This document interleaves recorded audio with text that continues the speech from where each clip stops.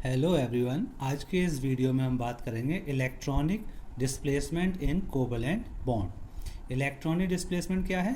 It is movement of electron due to an atom और group और due to presence of some attacking reagent.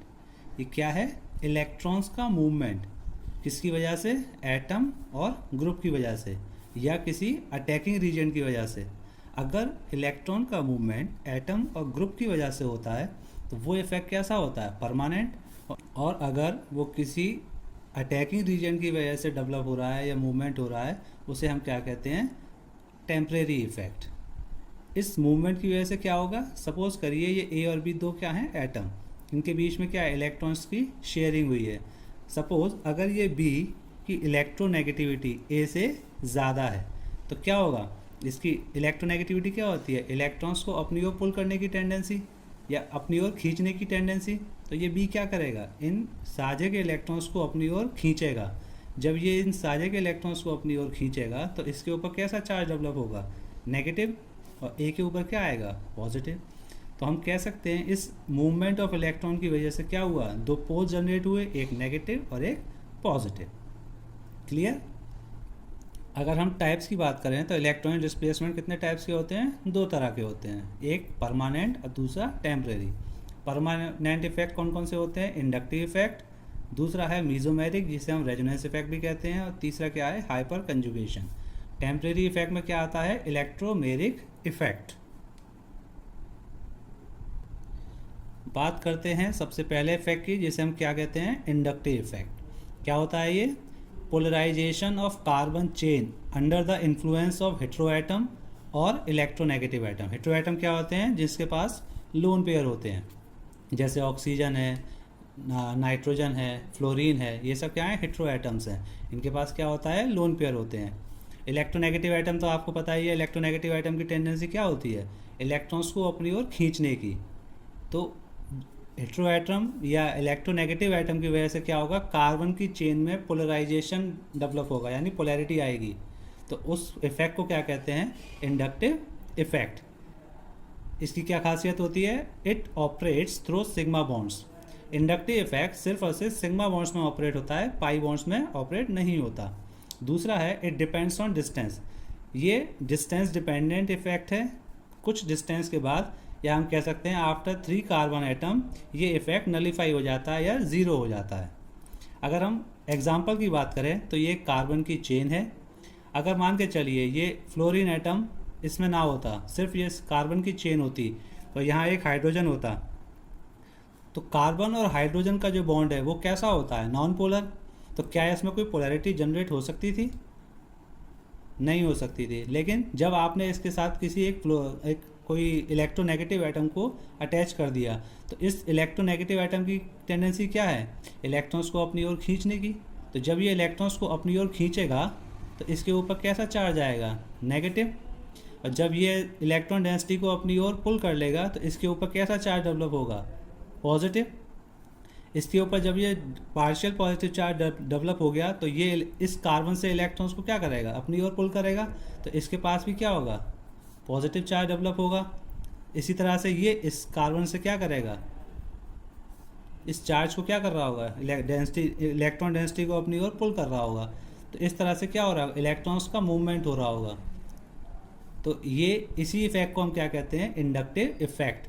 After 3 carbon ये effect क्या होता है? Zero हो जाता है। क्लियर? अगर हम बात करें टाइप्स ऑफ इंडक्टिव इफेक्ट, तो इंडक्टिव इफेक्ट कितने तरह का होता है? 2 तरह का। पहला है प्लस आई इफेक्ट, दूसरा क्या है? Minus I effect. Plus I effect क्या होता है? The group which donates electron, यानी ऐसे ग्रुप जिनकी टेंडेंसी इलेक्ट्रॉन देने की होती है वो क्या कहलाते हैं? प्लस आई ग्रुप। इसके एग्जांपल्स क्या हैं? ओ नेगेटिव, COO नेगेटिव, फिर 3 डिग्री एल्काइल, देन 2 डिग्री, फिर 1 डिग्री, देन CH3, फिर हाइड्रोजन।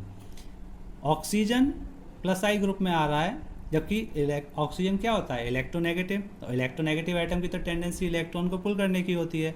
तो O नेगेटिव प्लस आई क्यों है? क्यों? क्योंकि ऑक्सीजन के पास कितने इलेक्ट्रॉन होते हैं? 6। एक ये नेगेटिव चार्ज, तो कितने आ गए? 6 + 2 इलेक्ट्रॉन। तो इसके पास कितने इलेक्ट्रॉन है? 8 इलेक्ट्रॉन्स हैं। जब इसके पास 8 इलेक्ट्रॉन्स हो गए तो ये क्या है? इसकी ऑक्टेट कंप्लीट हो गई। जब इसकी ऑक्टेट कंप्लीट हो गई तो इसकी टेंडेंसी अब इलेक्ट्रॉन देने की है, ना कि इलेक्ट्रॉन लेने की। फिर इसके बाद क्या है, carboxylate, then 3 degree, 2 degree, 1 degree and CH3।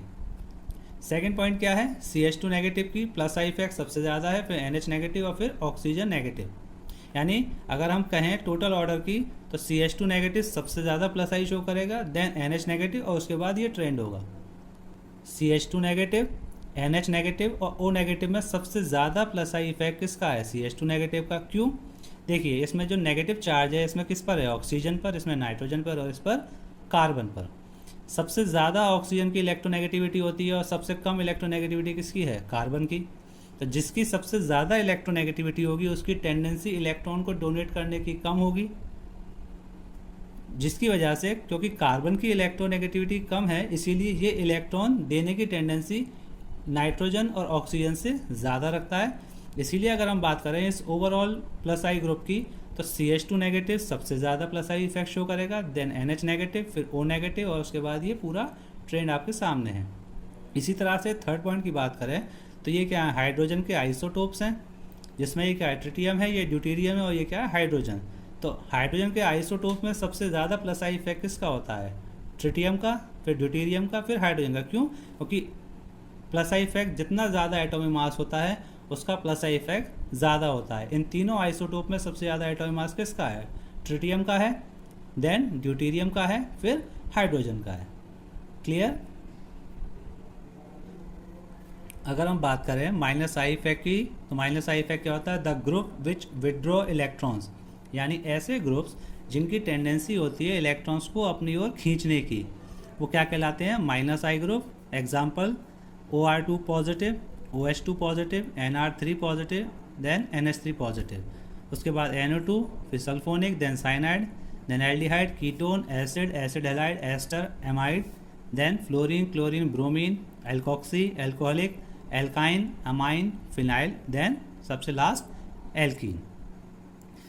OR2 positive और OH2 पॉजिटिव में सबसे ज़्यादा minus I effect OR2 positive का क्यों है, क्यों, क्योंकि अगर हम इसका स्ट्रक्चर बनाएं तो ये क्या होगा, इस तरह से।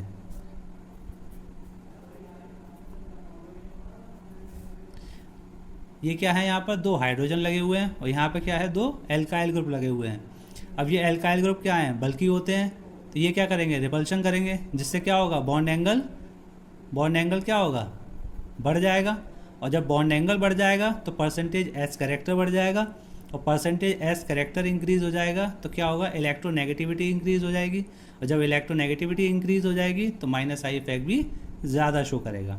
Same case NR3 positive NH3 positive का होगा। यहाँ तो क्या है, 3 एल्काइल ग्रुप लगे हुए हैं, जिससे क्या होगा, बॉन्ड एंगल इंक्रीज़ हो जाएगा, bond angle increase, then S character increase, और S कैरेक्टर इंक्रीज़ होगा तो इलेक्ट्रोनेगेटिविटी बढ़ जाएगी, और इलेक्ट्रोनेगेटिविटी ज़्यादा होगी तो माइनस आई इफेक्ट भी ज़्यादा शो करेगा। क्लियर।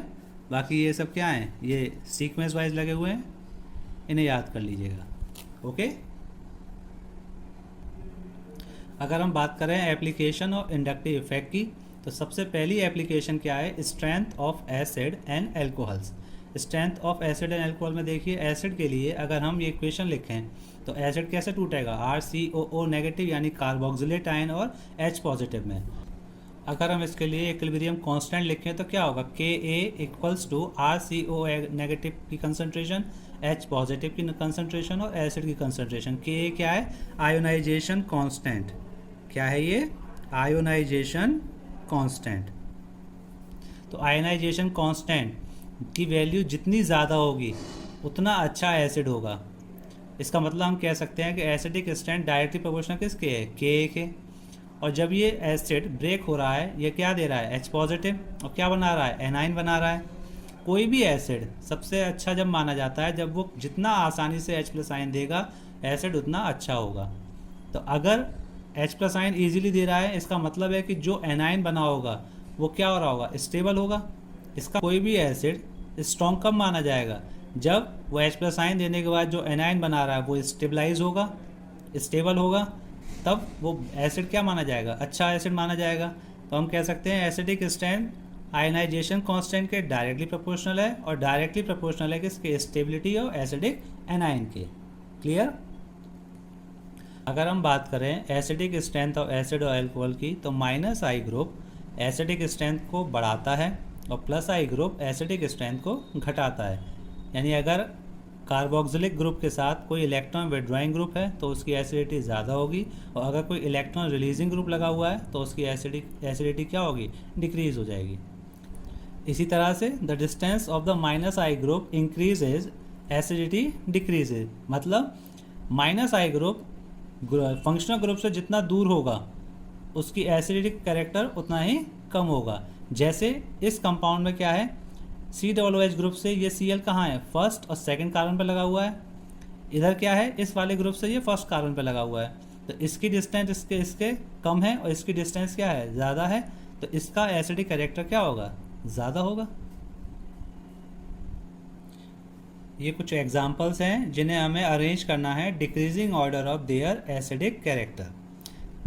पहला कंपाउंड है एसिटिक एसिड, सेकंड वन है एसिटिक एसिड में क्या किया, एक हाइड्रोजन को हटा के क्या लगा दिया है, NO2 ग्रुप, और इधर क्या लगा दिया है, क्लोरीन। हमें इन्हें क्या करना है, एसिडिक ऑर्डर में के डिक्रीजिंग ऑर्डर में अरेंज करना है। तो ये क्या है, CH3 क्या है, प्लस आई ग्रुप, ये क्या है, माइनस आई, और ये क्या है, माइनस आई ग्रुप। तो हमें पता है कि minus I group acidic strength को बढ़ाता है और प्लस आई घटाता है। तो ये क्या है, अकेला प्लस आई ग्रुप है, इसका मतलब ये एसिडिक स्ट्रेंथ को घटा रहा होगा, तो सबसे कम क्या होगा, फर्स्ट। अब बात करते हैं ये दोनों क्या है, माइनस आई ग्रुप हैं, दोनों ही माइनस आई हैं, तो ये देखना होगा किसका माइनस आई इफेक्ट ज़्यादा होता है। तो NO2 का Cl से ज़्यादा होता है माइनस आई इफेक्ट, तो ये इसकी एसिडिक स्ट्रेंथ को ज़्यादा बढ़ा रहा होगा। तो सबसे ज़्यादा क्या होगा, सेकेंड, उसके बाद क्या होगा, थर्ड, सबसे कम क्या होगा, फर्स्ट। क्लियर। दूसरा क्वेश्चन देखते हैं, इसमें क्या है, एसिटिक एसिड से क्या किया हमने, एक हाइड्रोजन को हटा के क्या लगा दिया, क्लोरीन। इसमें से दो हाइड्रोजन को हटा के हमने दो क्लोरीन लगा दिए हैं, और यहाँ से तीनों हाइड्रोजन को हटा के क्या लगा दिया गया है, 3 क्लोरीन। तो ये तीनों ही क्या हैं, माइनस आई ग्रुप है। तो माइनस आई है तो ये क्या कर रहे होंगे, एसिडिक ऑर्डर को बढ़ा रहे होंगे। एसिडिक ऑर्डर को बढ़ा रहे होंगे तो ये क्या है, यहाँ पर 1 क्लोरीन है, यहाँ 2 क्लोरीन है, यहाँ कितना है, 3। तो जितना ज़्यादा माइनस आई ग्रुप उतना ज़्यादा एसिडिटी। तो क्या हो जाएगा इसमें, third, then second, then first.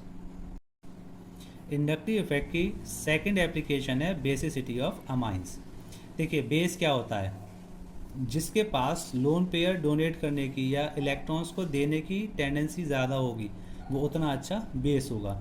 तो हम कह सकते हैं कि basicity of amines directly proportional किसके होगी, electron density at nitrogen atom. यानी नाइट्रोजन एटम के ऊपर जितना ज़्यादा इलेक्ट्रॉन अवेलेबल होगा उसकी बेसिसिटी उतनी ज़्यादा होगी। इसी तरह से बेसिसिटी प्लस आई के डायरेक्टली प्रोपोर्शनल है। जैसे प्लस आई एसिडिक कैरेक्टर को डिक्रीज़ कर रहा था तो प्लस आई बेसिक कैरेक्टर को क्या करेगा, इंक्रीज़ करेगा। माइनस आई उसके जस्ट रिवर्स होगा, तो माइनस आई बेसिसिटी को डिक्रीज़ करेगा।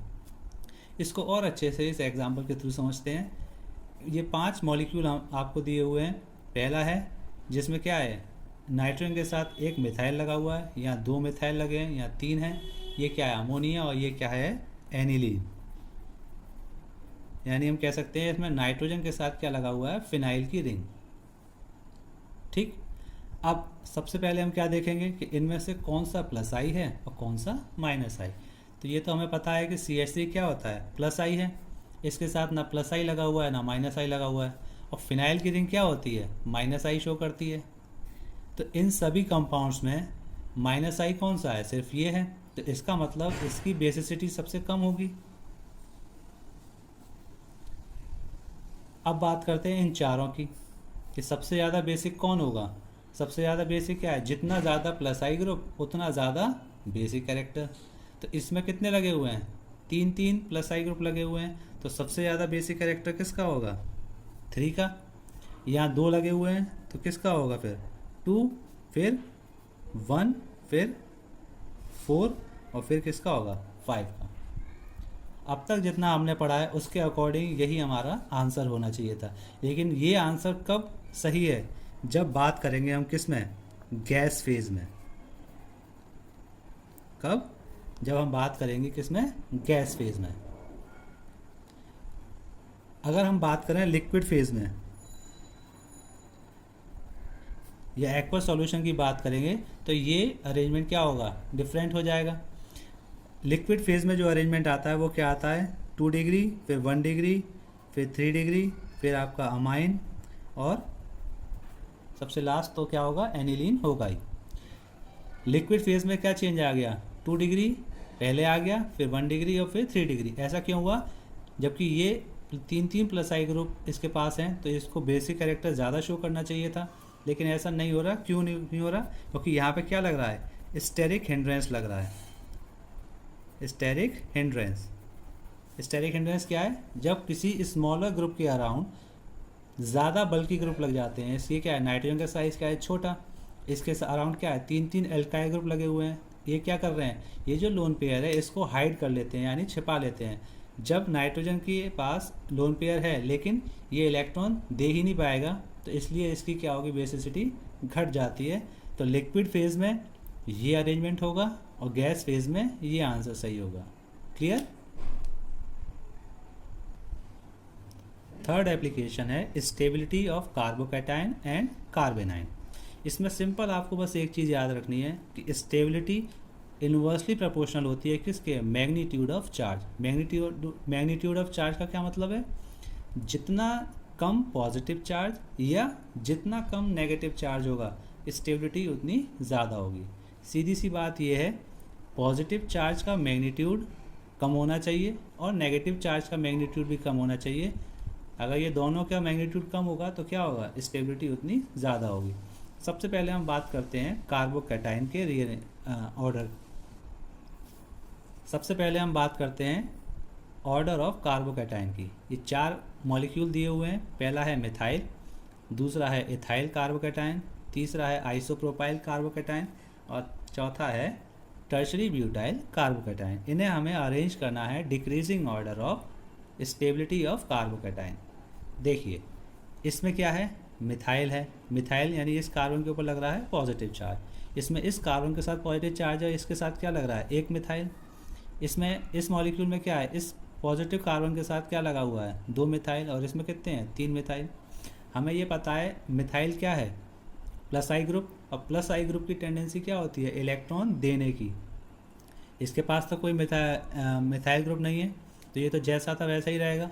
इसके पास क्या है, एक मिथाइल ग्रुप है, तो ये मिथाइल ग्रुप क्या कर रहा होगा, इस कार्बन को इलेक्ट्रॉन दे रहा होगा। तो यहाँ क्या हो रहा होगा, इलेक्ट्रॉन डेंसिटी इंक्रीज हो रही होगी। जब यहाँ इलेक्ट्रॉन डेंसिटी यानी नेगेटिव चार्ज डेवलप हो रहा होगा तो पॉजिटिव चार्ज क्या हो रहा होगा, डिक्रीज हो रहा होगा। जब पॉजिटिव चार्ज डिक्रीज होगा तो हमें पता है कि मैग्नीट्यूड ऑफ चार्ज जितना कम होगा स्टेबिलिटी उतनी ज़्यादा होगी। तो जब यहाँ पॉजिटिव चार्ज डिक्रीज हो रहा है तो इसकी स्टेबिलिटी क्या हो रही होगी, इंक्रीज हो रही होगी। इसका मतलब हम ये कह सकते हैं कि जितना ज़्यादा प्लस आई ग्रुप लगा होगा उतना ज़्यादा स्टेबिलिटी भी बढ़ेगी कार्बोकैटायन की। तो इसमें क्या है, एक मिथाइल है, इसके पास 2 मिथाइल हैं, इसके पास कितने हैं, 3 मिथाइल हैं। तो इसके पास 3 मिथाइल हैं तो सबसे ज़्यादा स्टेबल कौन होगा, 4, फिर आएगा 3, देन 2, फिर 1 हो जाएगा। क्लियर। इसी तरह से अगर हम बात करें कार्बेनाइन की, कार्बेनाइन में भी सेम आपको एक चीज़ ध्यान रखनी है कि मैग्नीट्यूड ऑफ नेगेटिव चार्ज कम होना चाहिए। जितना कम मैग्नीट्यूड ऑफ नेगेटिव चार्ज होगा उतना ज़्यादा स्टेबिलिटी होगी। इसमें देखें, इसमें क्या है, मिथाइल कार्बेनाइन है, ये क्या है, इथाइल कार्बेनाइन है, ये आइसोप्रोपाइल कार्बेनाइन है, और ये क्या है, टर्शरी ब्यूटाइल कार्बेनाइन है। इसके पास कोई CH3 ग्रुप नहीं है तो ये क्या है, सेम जैसा है वैसा रहेगा।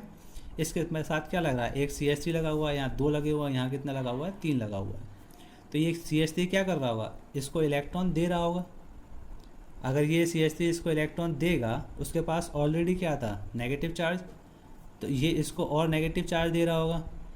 तो इसके पास क्या है, नेगेटिव चार्ज इंक्रीज़ हो रहा होगा, यानी magnitude of negative charge increase हो रहा है। अगर मैग्नीट्यूड ऑफ चार्ज इंक्रीज़ होगा तो स्टेबिलिटी क्या होगी, डिक्रीज़ होगी। इसका मतलब हम कह सकते हैं कि अगर किसी एनाइन के साथ कोई प्लस आई ग्रुप लगा होगा तो उसका मैग्नीट्यूड ऑफ चार्ज इंक्रीज़ होगा और स्टेबिलिटी डिक्रीज़ होगी। यानी जितना ज़्यादा प्लस आई ग्रुप अटैच होगा स्टेबिलिटी उतनी कम होगी। तो इसके साथ तो कोई भी मिथाइल ग्रुप नहीं लग रहा है, यानी प्लस आई ग्रुप नहीं है, तो सबसे ज़्यादा 1 हो जाएगा, फिर 2 हो जाएगा, फिर 3 हो जाएगा, फिर 4 हो जाएगा। क्लियर। अगला एग्जाम्पल है ये क्या है, इथाइल कार्बोकैटायन, और ये क्या है, विनाइल कार्बोकैटायन। इनमें से कौन ज़्यादा स्टेबल होगा? तो देखिए, ये इस कार्बोकैटायन के साथ क्या लग रहा है, CH3, तो ये क्या कर रहा होगा, प्लस आई, और ये क्या है, एल्कीन है, तो ये क्या शो कर रहा होगा, माइनस आई। हमें ये पता है कि प्लस आई ग्रुप कार्बोकैटायन की स्टेबिलिटी को इंक्रीज करता है और माइनस आई घटाता है, तो सबसे ज़्यादा स्टेबल क्या हो जाएगा, ये वाला ग्रुप सबसे ज़्यादा स्टेबल हो जाएगा। अगर हम बात करें इस एग्जाम्पल की, तो इस एग्जाम्पल में क्या है, तीनों ही कार्बेनाइन है। इस कार्बेनाइन ये क्या है, ट्रिपली बॉन्डेड है, यानी इसकी हाइब्रिडाइजेशन क्या होगी, sp। ये डबली बॉन्डेड है तो ये क्या होगा, sp2, और ये क्या होगा, sp3। हम ये जानते हैं कि sp हाइब्रिडाइजेशन में सबसे ज़्यादा क्या होता है, s करेक्टर। जितना ज़्यादा s करेक्टर होगा उसकी इलेक्ट्रोनेगेटिविटी उतनी ही ज़्यादा होगी। तो इस वाले कार्बन की इस नेगेटिव चार्ज को पकड़े रहने की या बियर करने की टेंडेंसी क्या होगी, सबसे ज़्यादा होगी। जब इसकी टेंडेंसी सबसे ज़्यादा है तो ये सबसे ज़्यादा स्टेबल होगा, और फिर सेकंड वाला होगा, देन थर्ड वाला होगा। क्लियर है? रेजोनेंस इफेक्ट या mesomeric effect. When a molecule or ion can be represented by two or more structure have the same arrangement of atomic nuclei but differ in distribution of electrons known as resonance, and structures are known as resonating structure। मतलब ऐसे molecule जिनका दो या दो से ज़्यादा structure possible हैं, उसमें जो एटम्स हैं उनका अरेंजमेंट तो सेम रहता है लेकिन इलेक्ट्रॉन्स का डिस्ट्रीब्यूशन डिफरेंट हो जाता है। ऐसे स्ट्रक्चर्स को हम क्या कहते हैं, रेजोनेटिंग स्ट्रक्चर, और फिनोमिना क्या कहलाता है, रेजोनेंस या मीजोमेरिक इफेक्ट। बात करें बेंजीन की, तो बेंजीन के ये दो रेजोनेटिंग स्ट्रक्चर्स हैं। इसमें क्या है, अगर ये इलेक्ट्रॉन इधर ट्रांसफ़र हो जाए, ये इधर और ये इधर, तो क्या होगा, ये इस स्ट्रक्चर में कन्वर्ट हो जाएगा। अगर मैं इसे 1, 2 और 3 नंबर दूँ, ये भी क्या है, 1, 2 और 3। अगर हम इस स्ट्रक्चर को देखें तो C1 C2 के बीच में क्या है, सिंगल बॉन्ड, C2 C3 के बीच में क्या है, डबल बॉन्ड। इसका मतलब C1 C2 की बॉन्ड लेंथ ज़्यादा होनी चाहिए और C2 C3 की बॉन्ड लेंथ कम होनी चाहिए, लेकिन ऐसा नहीं होता।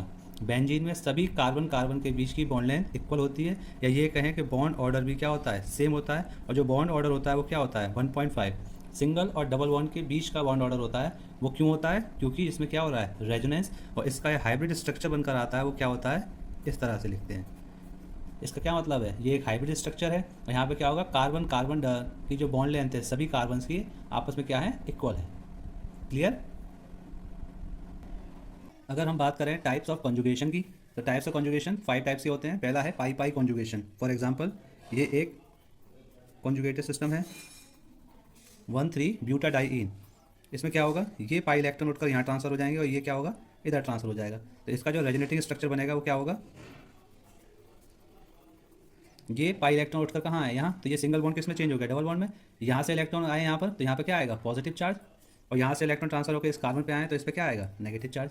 तो ये इसका क्या होगा, रेजोनेटिंग स्ट्रक्चर। ये कंजुगेशन कौन सी कहलाएगी, पाई पाई कॉन्जुगेशन। इसी तरह से दूसरा है पाई और पॉजिटिव चार्ज कॉन्जुगेशन। जैसे ये क्या है, एलाइल कार्बोकैटायन। एलाइल कार्बोकैटायन में क्या होगा, ये पाई इलेक्ट्रॉन उठकर कहाँ आएंगे, यहाँ, तो क्या स्ट्रक्चर आएगा,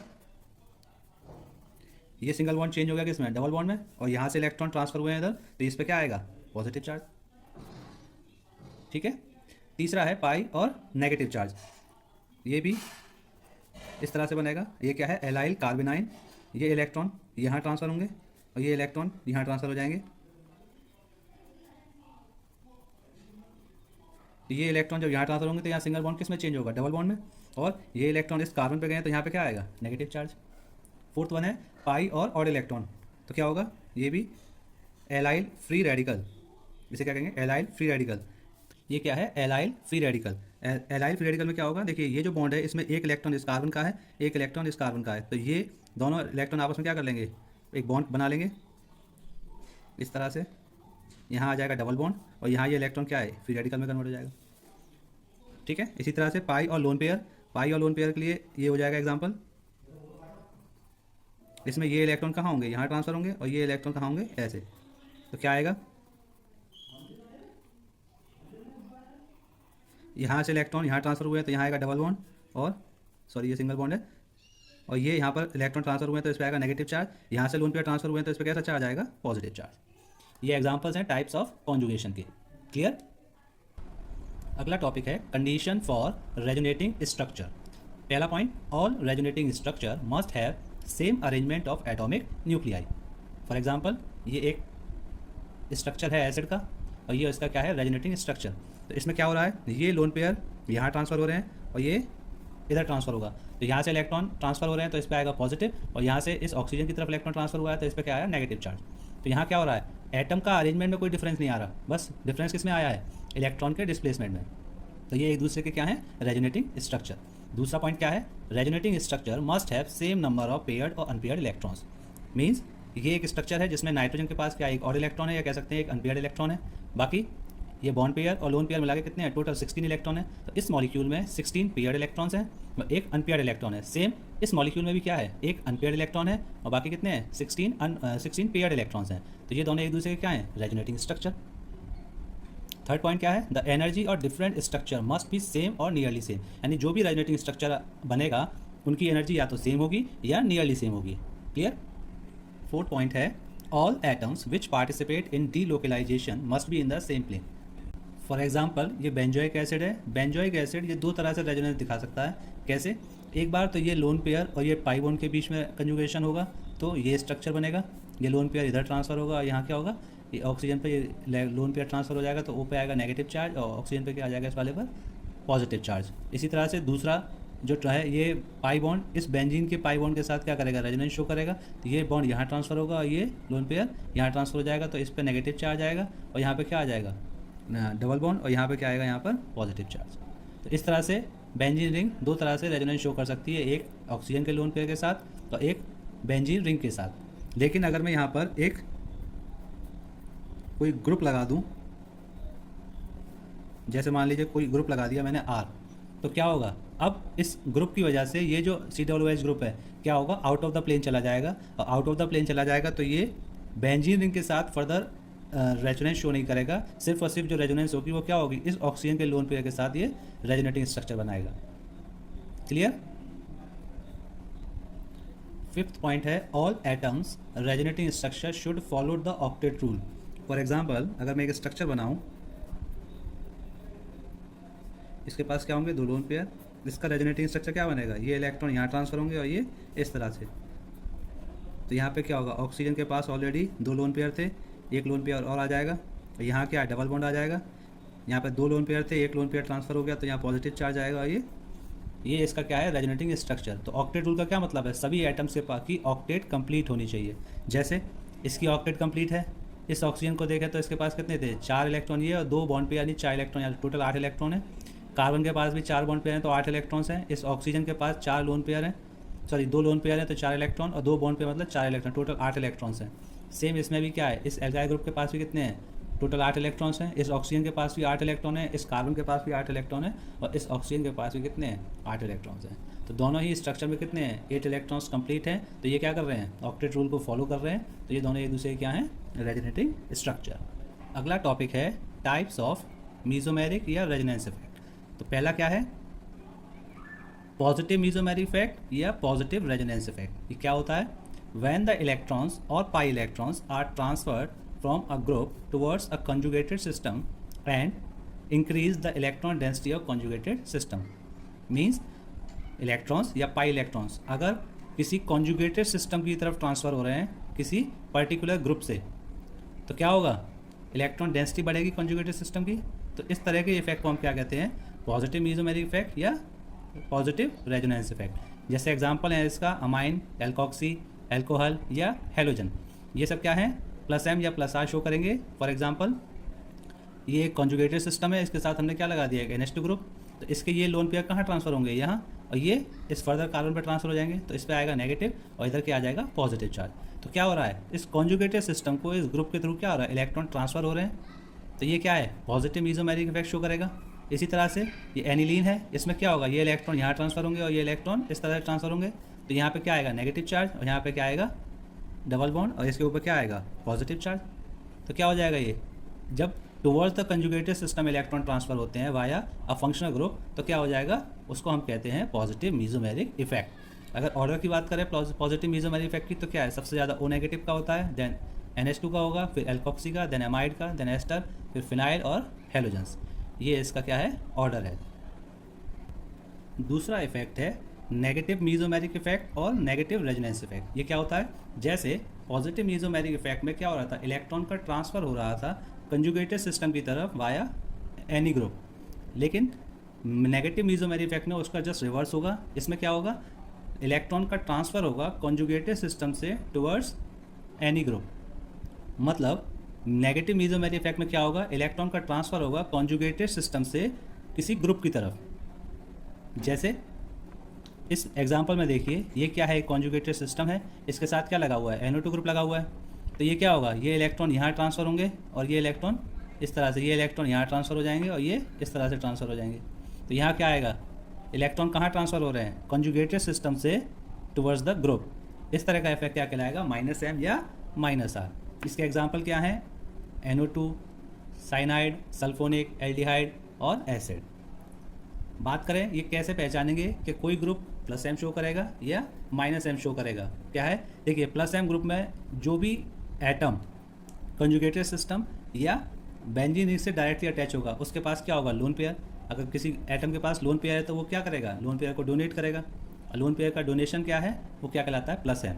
और -M ग्रुप में क्या होगा, जो ग्रुप का जो एटम जो डायरेक्टली अटैच होगा किससे, कंजुगेटेड सिस्टम से या बेंजीन से, वो क्या होगा, फर्दर किसी इलेक्ट्रोनेगेटिव एटम से क्या हो रहा होगा, मल्टीपल बॉन्ड के साथ अटैच होगा, डबल बॉन्ड या ट्रिपल बॉन्ड से। जैसे ये नाइट्रोजन ऑक्सीजन से किससे अटैच होता है, डबल बॉन्ड के साथ। कार्बन नाइट्रोजन से कैसे अटैच है, ट्रिपल बॉन्ड के साथ। यहाँ पे एल्डिहाइड क्या है, कार्बन ऑक्सीजन के साथ क्या होगा, डबल बॉन्ड के साथ। तो इसी तरह से इस तरह के ग्रुप्स को हम क्या कहेंगे, -M ग्रुप कहेंगे। तो अगर किसी ग्रुप के पास लोन पेयर है तो वो +M शो करेगा, और किसी के पास क्या है, इलेक्ट्रोनेगेटिव एटम के साथ मल्टीपल बॉन्ड से जुड़ा होगा, वो क्या कहलाएगा, -M ग्रुप। क्लियर। अगला टॉपिक है एप्लीकेशन ऑफ मीजोमेरिक इफेक्ट या resonance effect. First point, stability of conjugated system. ठीक है, ये दो सिस्टम है, एक है कॉन्जुगेटेड सिस्टम और एक है non conjugated system. Conjugated system क्या होता है, ऐसा सिस्टम जिसमें दो डबल बॉन्ड एक दूसरे के क्या है, अल्टरनेट पोजीशन पे होंगे। जैसे डबल बॉन्ड के बाद सिंगल बॉन्ड, फिर एक और डबल बॉन्ड। तो यहाँ क्या है, ये पाई बॉन्ड एक दूसरे के कॉन्जुगेशन में है। इस सिस्टम में क्या है, डबल बॉन्ड के बाद सिंगल बॉन्ड है, फिर सिंगल बॉन्ड है, देन डबल बॉन्ड है। तो ये क्या है, कॉन्जुगेशन में नहीं है। तो ये सिस्टम है कॉन्जुगेटेड और ये सिस्टम क्या है, नॉन कॉन्जुगेटेड। तो हमेशा याद रखिएगा, conjugated system non conjugated system से ज़्यादा स्टेबल होता है। Second point, more the resonating structure more will be the order. देखिए, जितना ज़्यादा कॉन्जुगेशन होगा उस मॉलिक्यूल की स्टेबिलिटी उतनी ज़्यादा होगी। जैसे इस स्ट्रक्चर में क्या है, double bond single bond, double bond single bond, then double bond. तो यहाँ पे क्या है, 3 पाई बॉन्ड है जो कि क्या है अल्टरनेट पोजीशन पर है। यहाँ क्या है, 2 पाई बॉन्ड है जो अल्टरनेट पोजीशन पे है। तो इसके 2 रेजोनेटिंग स्ट्रक्चर पॉसिबल हैं और इसके 3 रेजोनेटिंग स्ट्रक्चर पॉसिबल है। तो इसके रेजोनेटिंग स्ट्रक्चर ज़्यादा हैं तो इसकी स्टेबिलिटी भी क्या होगी, ज़्यादा होगी। तीसरा पॉइंट है aromatic compounds are more stable. देखिए, जब आपके पास 3 कंपाउंड हों जिसमें एक एरोमेटिक हो, एक कॉन्जुगेटेड हो और तीसरा नॉन कॉन्जुगेटेड हो, तो एरोमेटिक वाला ज़्यादा स्टेबल होता है, फिर कॉन्जुगेटेड होता है, देन नॉन कॉन्जुगेटेड होता है। अगर हम बात करें इस क्वेश्चन की, तो हमें इस क्वेश्चन में क्या करना है, arrange the following in increasing order of their stability, यानी इन कंपाउंड्स को इनकी स्टेबिलिटी के इंक्रीजिंग ऑर्डर में लगाना है। तो देखिए ए बी सी में ये क्या है, बेंजीन की रिंग है, यहाँ भी क्या है, बेंजीन है, और यहाँ भी क्या है, बेंजीन लगी हुई है। तो ये 3 कंपाउंड्स तो क्या है, एरोमेटिक हैं, और ये क्या है हमारा कॉन्जुगेटेड सिस्टम। इसका मतलब ये सब क्या है, एरोमेटिक हैं। तो ये क्या होगा, सबसे लीस्ट स्टेबल होगा। तो सबसे पहले क्या आएगा, सी। और अगर बात करें इन 3 कंपाउंड्स की, तो ये तीनों कंपाउंड्स क्या हैं, एरोमेटिक हैं, जिसमें इसके कितने आएंगे, 3 रेजोनेटिंग स्ट्रक्चर, इसके कितने आएंगे 4, और इसके कितने आएंगे 7 रेजोनेटिंग स्ट्रक्चर बनेंगे। तो जितना ज़्यादा रेजोनेटिंग स्ट्रक्चर उसकी स्टेबिलिटी उतनी ज़्यादा होगी। इसका मतलब सी के बाद क्या आएगा, बी के बाद क्या आएगा, ए, और फिर क्या आएगा, डी। ये होगा इसका स्टेबिलिटी का ऑर्डर। क्लियर। मीजोमेरिक इफेक्ट और रेजोनेंस इफेक्ट की दूसरी एप्लीकेशन क्या है, स्टेबिलिटी ऑफ कार्बोकैटायन। ये 3 एग्जांपल्स दिए हुए हैं। इसमें क्या है, इस कार्बोकैटायन के साथ 2 मिथाइल ग्रुप लगे हुए हैं। इसमें एक मिथाइल है और एक क्या है, मिथॉक्सी ग्रुप है। और थर्ड वाले में क्या है, इस कार्बोकैटायन के साथ एक मिथाइल ग्रुप है।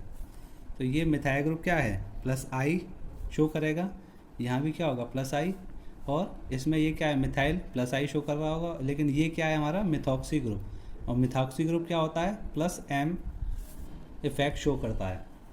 जब बात करें प्लस आई या प्लस एम की, तो प्लस एम ज़्यादा स्ट्रॉन्ग होगा किससे?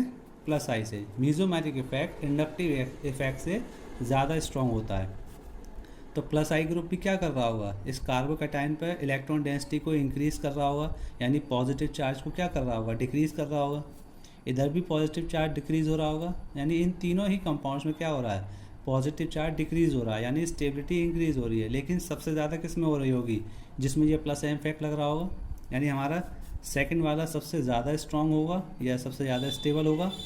और इधर 2 प्लस आई ग्रुप हैं, तो ये फिर फर्स्ट आएगा, देन थर्ड आएगा। क्लियर? नेक्स्ट क्वेश्चन है, इसमें ये 3 कंपाउंड्स दिए हुए हैं, इन्हें हमें क्या करना है? स्टेबिलिटी ऑफ कार्बोकैटायन के ऑर्डर में, डिक्रीजिंग ऑर्डर में अरेंज करना है। इसमें क्या है? ये कि ये पॉजिटिव चार्ज है, ये क्या है? 2 डिग्री कार्बोकैटायन है, ये भी 2 डिग्री है और ये भी 2 डिग्री है। इसमें क्या हो रहा है? ये पॉजिटिव कार्बो जो चार्ज है ये क्या हो रहा है? इस साइड भी रेजोनेंस शो कर सकता है और इस साइड भी रेजोनेंस में जा सकता है। इसमें सिर्फ क्या है? सिंगल डायरेक्शन में ये क्या कर सकता है? रेजोनेंस शो कर सकता है। इसमें तो कोई रेजोनेंस है ही नहीं। और हमें ये पता है कोई भी मॉलिक्यूल जिसमें रेजोनेंस होता है वो ज़्यादा स्टेबल होता है। सबसे कम स्टेबल कौन होगा? थर्ड। और क्योंकि इसमें दोनों डायरेक्शन में रेजोनेंस हो सकता है, तो ये क्या होगा? सबसे ज़्यादा हो जाएगा फर्स्ट, फिर क्या होगा? Second, then third. Next question, इसमें क्या है? एक ये कार्बोकैटायन है जिसके साथ ये क्या है? 2 डबल बॉन्ड किस में है? कंजुगेशन में है, तो एक्सटेंडेड कंजुगेशन है इसमें। इसमें क्या है? 2 डायरेक्शन में क्या है? इसमें रेजोनेंस शो हो सकती है, और इसमें क्या है? सिंगल डायरेक्शन में रेजोनेंस है। जब इन तीनों ही कंपाउंड में क्या हो रहा है? रेजोनेंस हो रही है। लेकिन इसमें क्या है? 2 डायरेक्शन में हो रही है, इसमें क्या है? 1 डायरेक्शन में है। लेकिन इसमें क्या है? एक्सटेंडेड कॉन्जुगेशन है, और जहाँ एक्सटेंडेड कॉन्जुगेशन की बात आएगी यानी वहाँ ज़्यादा रेजोनेटिंग स्ट्रक्चर होंगे या ज़्यादा स्टेबिलिटी होगी। तो सबसे ज़्यादा स्टेबल क्या होगा? फर्स्ट, फिर second, then third. Third application है stability of benzyl carbocation. Benzyl carbocation क्या होता है? बेंजीन, बेंजीन के ऊपर CH2 पॉजिटिव, इसको क्या कहते हैं हम? Benzyl carbocation. अगर हम बेंजाइल कार्बोकैटायन की ऑर्थो, मेटा और पैरा पोजीशन पे कोई ग्रुप लगा दें तो क्या होगा? बेंजाइल कार्बोकैटायन की स्टेबिलिटी में कुछ ना कुछ डिफरेंस आएगा। तो किस तरह से ये डिफरेंस आएगा, इस क्वेश्चन को देखते हैं। सपोज़ अगर हम इसकी ऑर्थो, मेटा, पैरा पर कोई ऐसा ग्रुप लगा दें जो क्या शो करता हो? -I और -M। ये NO2, CN और COOH ग्रुप क्या है? -I या -M शो करते हैं। ठीक है, तो ये क्वेश्चन है, इसमें क्या है? इसमें ऑर्थो पोजीशन पे NO2 ग्रुप लगा है, इसमें मेटा पे लगा है, और इसमें कहाँ है? पैरा पर। और इसमें क्या है? कोई भी ग्रुप नहीं है। तो हमें क्या देखना होगा कि कैसे स्टेबिलिटी को ये इफेक्ट कर रहा होगा। देखिए ये NO2 क्या है? -I और -M, यहाँ दोनों लग रहे होंगे। यहाँ पे क्या लग रहा होगा? सिर्फ और सिर्फ -I लग रहा होगा, क्योंकि मेटा पोजीशन पर मीजोमेरिक इफेक्ट नहीं लगता। और यहाँ क्या है? पैरा पोजीशन पे है, तो ये क्या होगा? -I और -M दोनों लगा रहा होगा। और इधर क्या है? कोई भी ग्रुप नहीं है। ठीक है, अब देखिए -I और -M दोनों की टेंडेंसी क्या होती है? इलेक्ट्रॉन डेंसिटी को अपनी ओर खींचने की। तो अगर ये इलेक्ट्रॉन डेंसिटी को अपनी ओर खींच रहा होगा तो यहाँ पर क्या हो रहा है? पॉजिटिव चार्ज इंक्रीज हो रहा होगा। जब पॉजिटिव चार्ज इंक्रीज होगा तो क्या होगा? स्टेबिलिटी डिक्रीज होगी। तो इन तीनों में तो क्या हो रहा होगा? स्टेबिलिटी डिक्रीज हो रही होगी, क्योंकि इसमें कोई ग्रुप नहीं है। तो सबसे ज़्यादा स्टेबल तो क्या हो जाएगा? फोर्थ। अब देखते हैं इन तीनों में। अब देखिए इसमें ऑर्थो वाले पे और पैरा वाले पे -I भी लग रहा है और -M भी लग रहा है। इसमें सिर्फ क्या लग रहा है? -I। तो इन तीनों के कंपैरिजन में ज़्यादा स्टेबल कौन हो जाएगा? सेकंड। अब बात करें ऑर्थो और पैरा वाले पर, इन दोनों में ही क्या है? -I और -M लग रहा है। लेकिन ये NO2 कहाँ है? ऑर्थो पोजीशन पे, जो कि डिस्टेंस क्या है यहाँ पर? कम है। डिस्टेंस कम है तो यहाँ पे क्या है? ज़्यादा -I लग रहा होगा। ज़्यादा -I लगने की वजह से क्या हो रहा होगा? यहाँ पर ये स्ट्रांगली इलेक्ट्रॉन डेंसिटी को अपनी ओर खींच रहा होगा, यानी यहाँ ज़्यादा पॉजिटिव चार्ज इंक्रीज़ हो रहा होगा। अगर यहाँ ज़्यादा पॉजिटिव चार्ज इंक्रीज़ होगा तो इसकी स्टेबिलिटी सबसे कम होगी। इसके बाद सेकंड के बाद क्या आएगा? थर्ड या फर्स्ट। ठीक है, नेक्स्ट देखिए। अब हमने क्या किया? इस बेंजाइल कार्बोकैटायन की ऑर्थो पोजीशन पे लगा दिया CH3, और यहाँ भी मेटा पर, यहाँ पैरा पे, और यहाँ पे क्या है? कोई ग्रुप नहीं लगा हुआ है। अब इसकी स्टेबिलिटी को देखिए। ये क्या है, CH3 ग्रुप कैसा होता है, प्लस आई शो करता है या प्लस एच शो करता है, ठीक है। ये क्या करेगा, प्लस आई करेगा या प्लस एच करेगा, या प्लस आई प्लस एच का मतलब क्या है, ये इलेक्ट्रॉन को दे रहा होगा, इलेक्ट्रॉन दे रहा होगा तो इसका मतलब ये क्या करेगा, पॉजिटिव चार्ज को डिक्रीज़ करेगा। और यहाँ पे क्या लग रहा होगा, सिर्फ और सिर्फ प्लस आई लग रहा होगा। यहाँ पे क्या लगेगा, प्लस आई और प्लस एच दोनों लगेगा, और यहाँ पे कोई ग्रुप नहीं है, ठीक है। अब क्या होगा, यहाँ पे प्लस आई प्लस एच दोनों लग रहा है और यहाँ पे प्लस आई और प्लस एच लग रहा है, तो ये क्योंकि इलेक्ट्रॉन डेंसिटी को इंक्रीज़ कर रहा होगा, तो इलेक्ट्रॉन डेंसिटी इंक्रीज़ हो रही होगी, तो यहाँ पर दोनों ही इफेक्ट कैसे हैं, इलेक्ट्रॉन डेंसिटी को इंक्रीज़ करेंगे, इलेक्ट्रॉन डेंसिटी इंक्रीज़ होगी तो पॉजिटिव चार्ज डिक्रीज़ होगा। तो यहाँ पर CH3 ग्रुप कहाँ है, ऑर्थो पोजीशन पे यहाँ है पैरा पर, तो ये इसके सबसे ज़्यादा पास में है, तो इसकी इलेक्ट्रॉन डेंसिटी को डिक्रीज सबसे ज़्यादा कौन कर रहा होगा, ये। तो सबसे ज़्यादा स्टेबल क्या हो जाएगा, फर्स्ट के बाद क्या आएगा, थर्ड। इसमें क्या है, मेटा पे है, और इसमें क्या है, इसमें तो कोई ग्रुप ही नहीं है, तो ये कुछ तो इसकी इलेक्ट्रॉन डेंसिटी को डिक्रीज़ कर रहा होगा, तो थर्ड के बाद क्या आ जाएगा, सेकंड के बाद क्या आ जाएगा, फोर्थ। चलिए अगला क्वेश्चन देखते हैं। इसमें क्या है, पैरा पोजीशन पे यहाँ क्या लगा हुआ है, मिथाइल, यहाँ एथाइल और यहाँ आइसोप्रोपाइल, और यहाँ पर कोई भी ग्रुप नहीं है। अब देखिए यहाँ सभी ग्रुप कहाँ हैं, पैरा पोजीशन पे हैं, इसका मतलब डिस्टेंस से कोई यहाँ पर लेना देना नहीं है। हम और यहाँ पे कौन कौन से इफेक्ट लग रहे होंगे, प्लस एच और प्लस आई, यहाँ भी क्या लगेगा, प्लस एच और प्लस आई, यहाँ भी प्लस आई और प्लस एच, ठीक है। इन तीनों में ही प्लस एच और प्लस आई लग रहा होगा, लेकिन हमें पता है कि प्लस एच डोमिनेटिंग नेचर का होता है प्लस आई से, यानी जितना ज़्यादा प्लस एच होगा उतना ज़्यादा इलेक्ट्रॉन डेंसिटी डिक्रीज़ होगी, और जितनी ज़्यादा इलेक्ट्रॉन डेंसिटी डिक्रीज़ होगी पॉजिटिव चार्ज उतना इंक्रीज़ होगा, यानी पॉजिटिव चार्ज जितना डिक्रीज़ हो रहा होगा स्टेबिलिटी उतनी इंक्रीज़ होगी, ठीक है। अब देखिए यहाँ पे कितने हैं, 3 अल्फ़ा हाइड्रोजन है, यहाँ कितने हैं, 2 अल्फ़ा हाइड्रोजन है, और यहाँ कितना है, 1 अल्फ़ा हाइड्रोजन है। तो यहाँ 3 अल्फ़ा हाइड्रोजन है, यानी 3 हाइपर कॉन्जुगेटिव स्ट्रक्चर बनेंगे, और 3 हाइपर कॉन्जुगेटिव स्ट्रक्चर बनेंगे तो यहाँ पर क्या होगा, इलेक्ट्रॉन डेंसिटी ज़्यादा डिक्रीज़ होगी। जब यहाँ ज़्यादा इलेक्ट्रॉन डेंसिटी डिक्रीज़ होगी तो यहाँ पे स्टेबिलिटी ज़्यादा होगी, तो हमारा आंसर क्या हो जाएगा, सबसे ज़्यादा पहला फर्स्ट आएगा, फिर सेकंड आएगा, फिर क्या आएगा, थर्ड, और फिर क्या आएगा, फोर्थ। ओके। इस क्वेश्चन में क्या है, इस क्वेश्चन में ऑर्थो पोजीशन पर लगा हुआ है OCH3, फिर ये मेटा पर है और यहाँ पर क्या है, पैरा पर। तो ये OCH3 ग्रुप कैसा है, प्लस M शो करता है और माइनस आई शो करता है।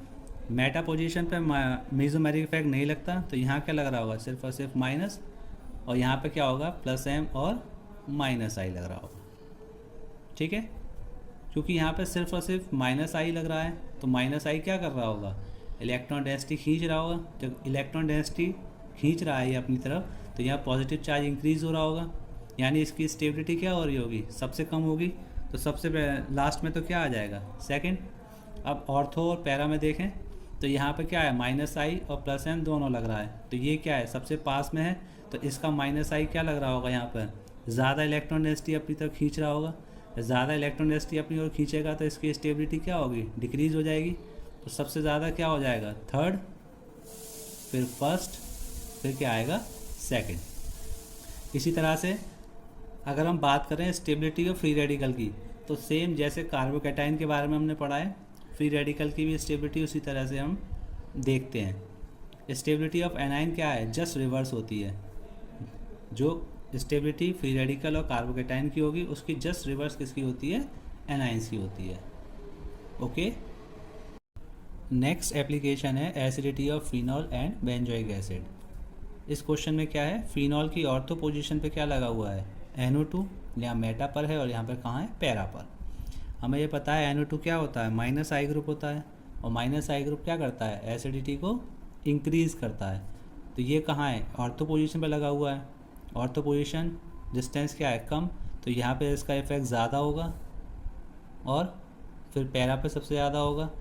मेटा पोजीशन पे इफेक्ट इतना नहीं होता, तो यहाँ क्या होगा, सबसे लीस्ट तो हमारा क्या होगा, मेटा होगा, और सबसे ज़्यादा क्या होगा, ortho para Meta, ortho para Meta.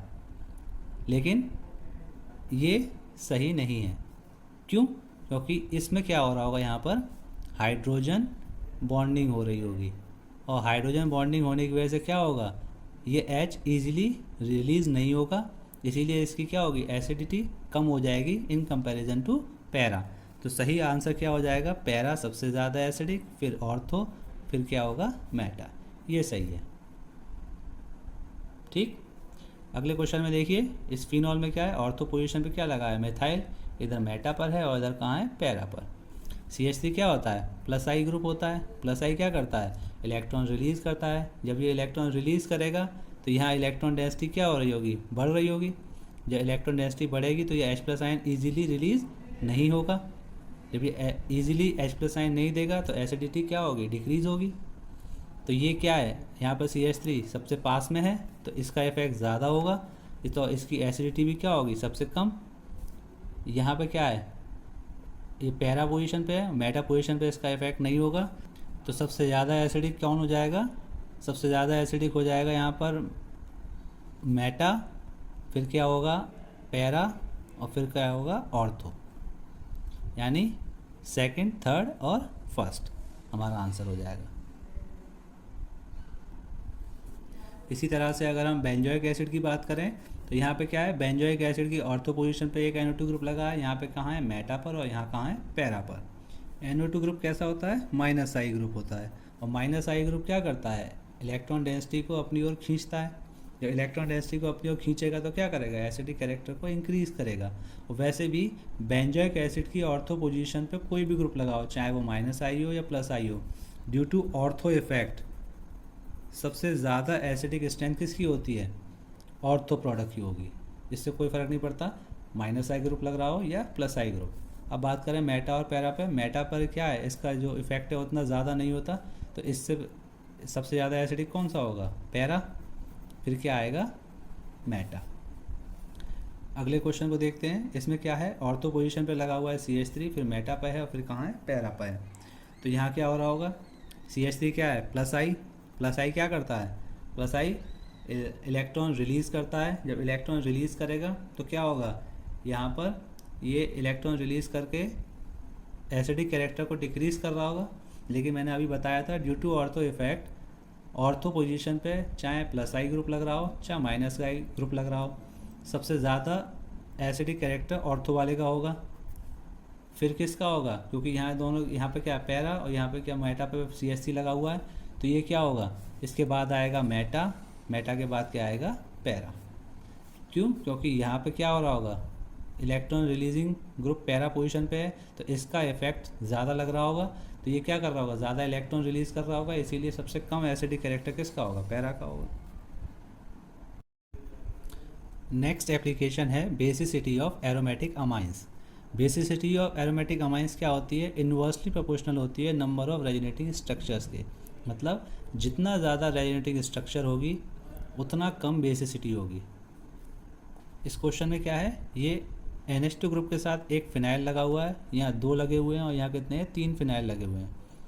तो यहाँ एक फिनाइल की रिंग है, यहाँ 2 हैं और यहाँ 3 है, तो यहाँ क्या होगा, ज़्यादा रेजोनेटिंग स्ट्रक्चर होंगे, यहाँ फिर कम होंगे, यहाँ सबसे कम होंगे। तो हमें ये पता है जितना कम रेजोनेटिंग स्ट्रक्चर होगा बेसिसिटी उतनी ज़्यादा होगी। तो सबसे कम रेजोनेटिंग स्ट्रक्चर किस में है, फर्स्ट वाले में, फिर सेकंड वाले में होगा, देन थर्ड वाले में होगा। इसी तरह से सेकंड पॉइंट है basicity electronegativity of nitrogen atom के क्या है, इन्वर्सली प्रोपोर्शनल होती है। इसका मतलब इलेक्ट्रोनेगेटिविटी नाइट्रोजन एटम की जितनी ज़्यादा होगी बेसिसिटी उतनी कम होगी। इस क्वेश्चन में देखिए, ये NH2 ग्रुप क्या है, sp3 हाइब्रिडाइज्ड है, ये sp2 है और ये sp। तो यहाँ क्या है, परसेंटेज ऑफ S कैरेक्टर कितना है, 50% होता है, यहाँ कितना होता है 33%, और यहाँ कितना होता है 25% होता है। जितना ज़्यादा परसेंटेज ऑफ S कैरेक्टर होता है उतनी ज़्यादा इलेक्ट्रोनेगेटिविटी होती है। इसका मतलब सबसे ज़्यादा इलेक्ट्रोनेगेटिव कौन सा होगा, ये वाला कंपाउंड, और सबसे कम इलेक्ट्रोनेगेटिव क्या होगा, ये। तो जितना कम इलेक्ट्रोनेगेटिविटी होगी बेसिसिटी उतनी ज़्यादा होगी। तो सबसे ज़्यादा बेसिक हो जाएगा 1, फिर 2, फिर 3। नेक्स्ट क्वेश्चन में देखिए, ये क्या है हमारा, पाइरिडीन, ये क्या है, पाइपरिडीन, और ये क्या है, पाइरोल। ये दो कंपाउंड्स तो क्या हैं, एरोमेटिक हैं, और ये क्या है हमारा, नॉन एरोमेटिक है। तो इसमें ये कार्बन कैसा है, sp3, वो सॉरी नाइट्रोजन क्या है sp3, और ये क्या है sp2, और इसमें भी ये नाइट्रोजन कैसा है sp2। अभी हमने पढ़ा था sp3 नाइट्रोजन कम इलेक्ट्रोनेगेटिव होता है। अगर ये कम इलेक्ट्रोनेगेटिव है तो सबसे ज़्यादा बेसिक कौन होगा, सेकंड। इसके बाद ये इस कंपाउंड में दोनों ही क्या है, एरोमेटिक हैं और sp2 हाइब्रिडाइज हैं, यानी इलेक्ट्रोनेगेटिविटी तो सेम है। अब हमें ये देखना होगा कि इनमें से इजीली लोन पेयर कौन डोनेट कर देगा। अब फर्स्ट और सेकंड कंपाउंड में ये नाइट्रोजन sp2 हाइब्रिडाइज है और ये नाइट्रोजन भी क्या है, sp2 हाइब्रिडाइज है। लेकिन इस कंपाउंड में जो लोन पेयर है वो रेजोनेंस में पार्टिसिपेट नहीं कर रहे, लेकिन इस कंपाउंड में ये लोन पेयर क्या है, रेजोनेंस का पार्ट है। तो क्या होगा, ये वाले लोन पेयर इजीली अवेलेबल होंगे। तो जब ये लोन पेयर इजीली डोनेट हो सकते हैं तो इसकी बेसिसिटी ज़्यादा होगी और पायरोल की सबसे कम हो जाएगी।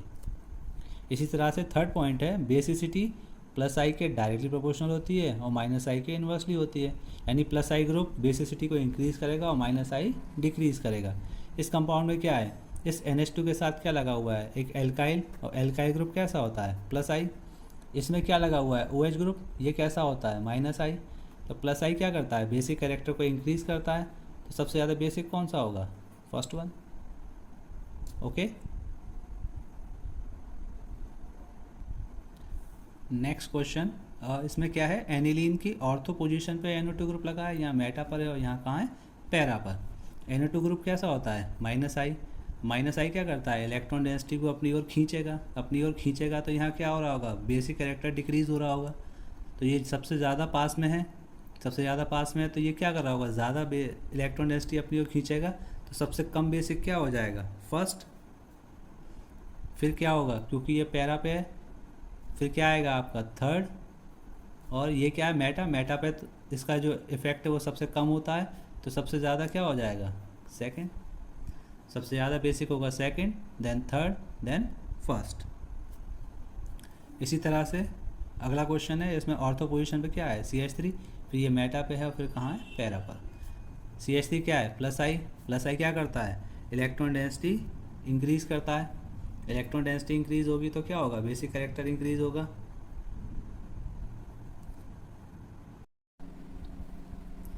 आज के इस वीडियो लेक्चर में हम बात करेंगे